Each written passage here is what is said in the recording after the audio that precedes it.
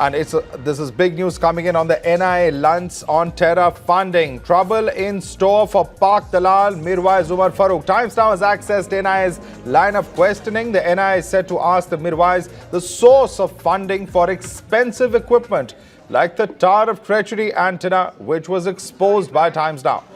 For more on this, I want to go across to our senior editor, Internal Security, Nikunj Garg, who's joining us live at this moment. We also have with us Pradeep Datta live. Nikunj, let me come to you first. What exactly really is the development as far as the NIA is concerned? Because we understand this is the proof which was found, the communication equipment, and now that really is what Mirwaiz will be quizzed on.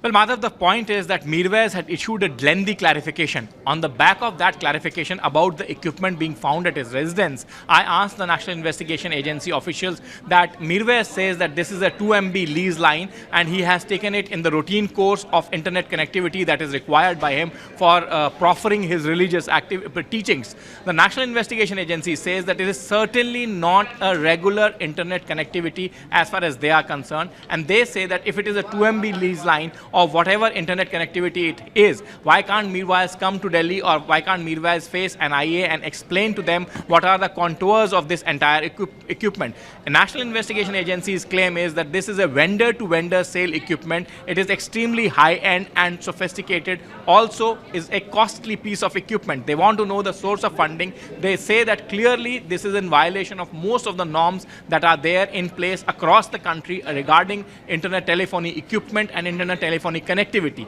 Therefore, this is certainly not run-of-the-mill equipment regularly used by individual users like you and me and our viewers at their residences, is what the National Investigation Agency claimed, and they completely rubbish what Mirwaiz had put out through a press release the other day in the sense that this is a part of a regular internet connectivity and that every agency was aware of its existence. And They also go to the extent of saying that if it is so, why can't Mirwaiz come and explain his position to the National Investigation Agency? Absolutely. That's certainly a pertinent question. Let me take that across to Pradeep as well. Pradeep, this is a very pertinent question, and really why Mirwaiz is continuing to evade the law, because he has clearly denied coming to Delhi for the questioning of the NIA when he is faced with such clear evidence of that communication equipment. If he has nothing to hide, why is he running away from the agency?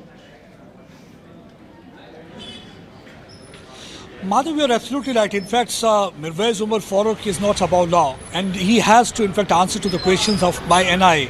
What, in fact, Nikunj was rightly saying, that there was 40 feet antenna that was recovered by NIA during a raid on 26th of February. And besides this is a case related to terror funding. We asked this question, in fact, to various other security agencies also. Because Mirwaiz, we have seen that he had been trying to rake up religion, saying that because he's a religious preacher, that is why he's been targeted. Even some of the political party leaders, including Umar Abdullah and Mehbooba Mufti, also came to his rescue, saying that he's a religious leader. But question arises, can a religious leader take hawala money? That is one question, because nobody is above law. That way, in fact, many other religious leaders would not have been cooling their heels behind lockup for their dirty deals. But here he is a religious leader. He is trying to take that alibi and trying to project that so he will not be going to Delhi. And the second question is that the beggar cannot be the chooser in the same way. The criminal cannot be choosing where actually he is to be investigated, whether he is to be investigated in Srinagar or whether he is to be investigated in Delhi. When already he has been issued summon, he has to go to Delhi and get proper investigation done. Because problem being that in the past also they had been enjoying all that premium on separatism, and they had been misusing that premium. So we have seen in the past Yasin Malik had also been moving scot-free. But now I think central government has made up its mind that they have tightened their noose, and NIA is definitely going to question Mirwaiz on two fronts. One, where from he got the money, because hawala money came to him for terror funding, because this man had been working as a kind of an ATM machine who was in fact sponsoring stone pelting in many other areas. Right. So there are already proof that is with the NIA. The second thing is why 40 feet antenna was there, because this was a hotline where he was getting dictation from across the border so that they can sponsor terror-related activities and also destabilize situation in Valley. So being a religious preacher, his job is only to promote religion. Certainly, Pradeep, as a religious leader, he certainly should have been there promoting peace in the Valley. Instead, it seems that he was taking dictation from Pakistan. But I want to, before I go further, I want to quickly ask a question of Nikunj. Nikunj, what are the options before the NIA if Mirwaiz continues to evade the law, if he continues to evade coming down to New Delhi for questioning? How does the NIA plan to proceed in this case?